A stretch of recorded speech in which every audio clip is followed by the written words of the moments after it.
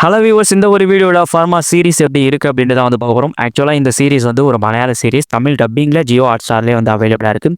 And இந்த சீரிஸில் டோட்டலாக 8 எபிசோட்ஸ் வந்துருக்கு. 8 எபிசோட்ஸுமே வந்து மேக்ஸிமம் ஒரு ½ அன் ஹவருக்குள்ளே ஓடக்கூடிய ஒரு எபிசோட்ஸாக தான் வந்து இருக்கும். அதனால் கம்ப்ளீட்டாக ஒரு சிம்பிளான ஒரு மினி சீரிஸ் அப்படின்னே வந்து சொல்லலாம். ஏன்னா வந்து சீரிஸை பொறுத்தளவுக்கு 8 எபிசோட்ஸ் ½ அன் ஹவருக்குள்ளே ஓடுது அப்படின்னா கிட்டத்தட்ட 3.5 மணி நேரத்துக்குள்ளே இந்த சீரிஸை நீங்கள் கம்ப்ளீட்டாகவே வந்து வாட்ச் பண்ணி முடிச்சிடலாம். ஸோ அந்தளவுக்கு ஒரு மினி சீரிஸாக தான் வந்து பண்ணியிருக்காங்க.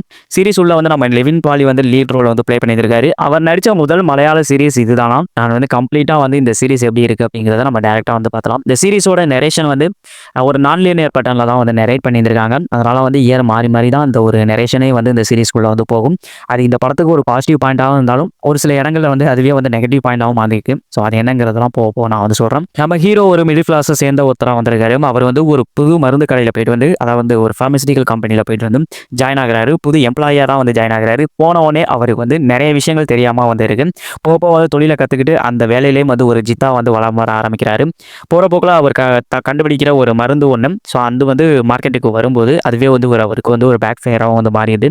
ஸோ அதை எப்படி வந்து ஹீரோ வந்து எதிர்கொள்கிறாரு, அந்த ஃபார்மசிட்டிக்கல் கம்பெனி வந்து எப்படி அதை வந்து எதிர்கொள்கிறாங்க, அவங்களோட சர்வைவலுக்காக எந்த அளவுக்கு வந்து எக்ஸ்ட்ரீம் லெவலில் வந்து போகிறாங்க அப்படிங்கிற மாதிரியான ஸ்டோரி பிளாட்டாக தான் அந்த ஒரு சீரிஸை வந்து பண்ணியிருந்திருக்காங்க. அண்ட் கம்ப்ளீட் ஸ்டோரி பிளாட்டாக இது வந்து இருந்தாலும் உள்ளே வந்து நிறையவே வந்து பேசியிருந்திருக்காங்க.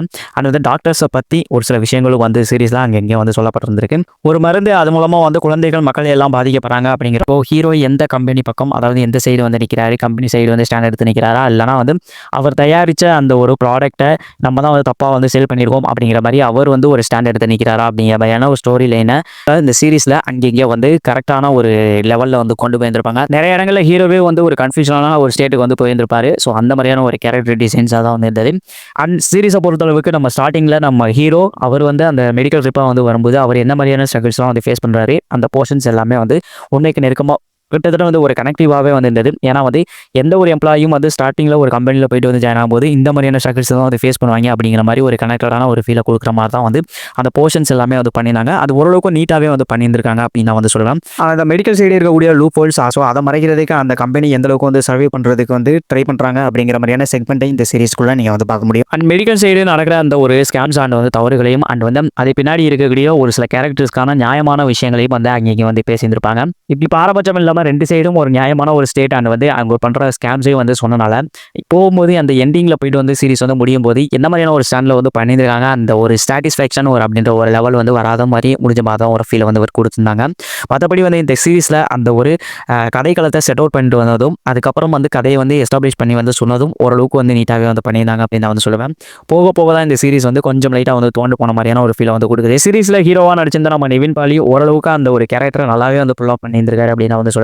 ஒரு சில இடங்கள்லாம் பெர்ஃபார்மன்ஸுக்கான ஒரு ஸ்கோப் இருந்திருக்கு. அதையும் வந்து கரெக்டாகவே வந்து பெர்ஃபார்மன்ஸில் புல் ஆஃப் வந்து பண்ணிட்டு வந்து எடுத்துருந்துருக்காரு. இது போக வந்து ராஜீவ் கபூர், அப்புறம் வந்து வீணா நந்தகுமார், அப்புறம் சுருத்ரா ராமச்சந்திரன், அப்புறம் நரேன், ஸோ இந்த கேரக்டர்ஸ்லாம் வந்து நல்லா எழுதப்பட்ட கேரக்டர்ஸ் தான். ஸோ அவங்களுக்கான ஒரு பெர்ஃபார்மன்ஸ் ஸ்கோப்பும் வந்து அங்கே நல்லாவே வந்து கொடுத்துருக்காங்க. பட் இந்த சீரிஸோட அந்த ஒரு ஸ்டோரி லைன் வந்துருக்குல்ல, அந்த ஸ்டோரி லைன் வந்து ஓரளவுக்கு வந்து இன்ட்ரெஸ்டிங்காக வந்து இருந்தாலும் போக போக வந்து நிறைய வந்து சுவாரஸ்யமான விஷயங்கள் வந்து ஆட் பண்ணாத மாதிரியே ஒரு ஃபீலை வந்து கொடுக்குது. அண்ட் எஃபெக்டிவாகவும் வந்து ஒரு சில இடங்கள் வந்து ப்ரெசென்ட் ஆகலை.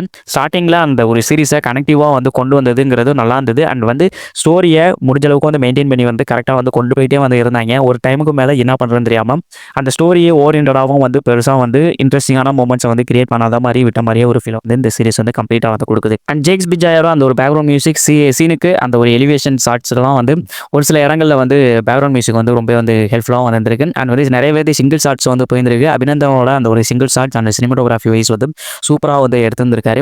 அண்ட் ஒரு டெக்னிக்கலாக ஒரு நல்ல ஒரு ஸ்டாண்டர்டில் வந்த ஒரு சீரிஸ் அது அப்படின்னு தான் வந்து சொல்லுவேன். சீரிஸில் வரக்கூடிய அந்த ஒரு ஆர்கனைசேஷன் அண்ட் வந்து அந்த வெர்சஸ் அந்த ஒரு கார்பரேட் அப்படின்னு வந்து வரப்போ அதுக்கான ஒரு அந்த ஒரு கிளாஷுங்கிறது இன்னும் கரெக்டான ஒரு எஃபெக்டிவான ஒரு ஃபீல் இந்த சீரிஸில் வந்து கம்ப்ளீட்டாக வந்து கொடுக்கலாம். மெடிக்கல் ரெப்பாக வரக்கூடிய நம்ம ஹீரோ அவர் படக்கூடிய அந்த ஸ்ட்ரகிள்ஸ் அண்ட் வந்து என்ன மாதிரியான ப்ராப்ளம்ஸை வந்து ஃபேஸ் பண்ணுறாரு, அதுக்கப்புறம் அந்த ஒரு ப்ராப்ளமை எப்படி வந்து அவர் வந்து சால்வ் பண்ண நினைக்கிறாரு, கடைசியாக என்ன நடக்குது அப்படிங்கிறத கன்வின்சிங்காக அந்த சீரிஸில் வந்து காமிக்கலாம். அண்ட் மற்றபடி வந்து இந்த சீரிஸோட அந்த ஸ்டார்டிங் போர்ஷன்ஸ் அண்ட் வந்து நம்ம ஹீரோட லைஃப்பை வந்து எக்ஸ்ப்ளோர் பண்ணி வந்து சொன்னது, அதுக்கப்புறம் வந்து கதைக்களத்தை ஓரளவுக்கு வந்து செட் அவுட் பண்ணிட்டு வந்து வந்தது.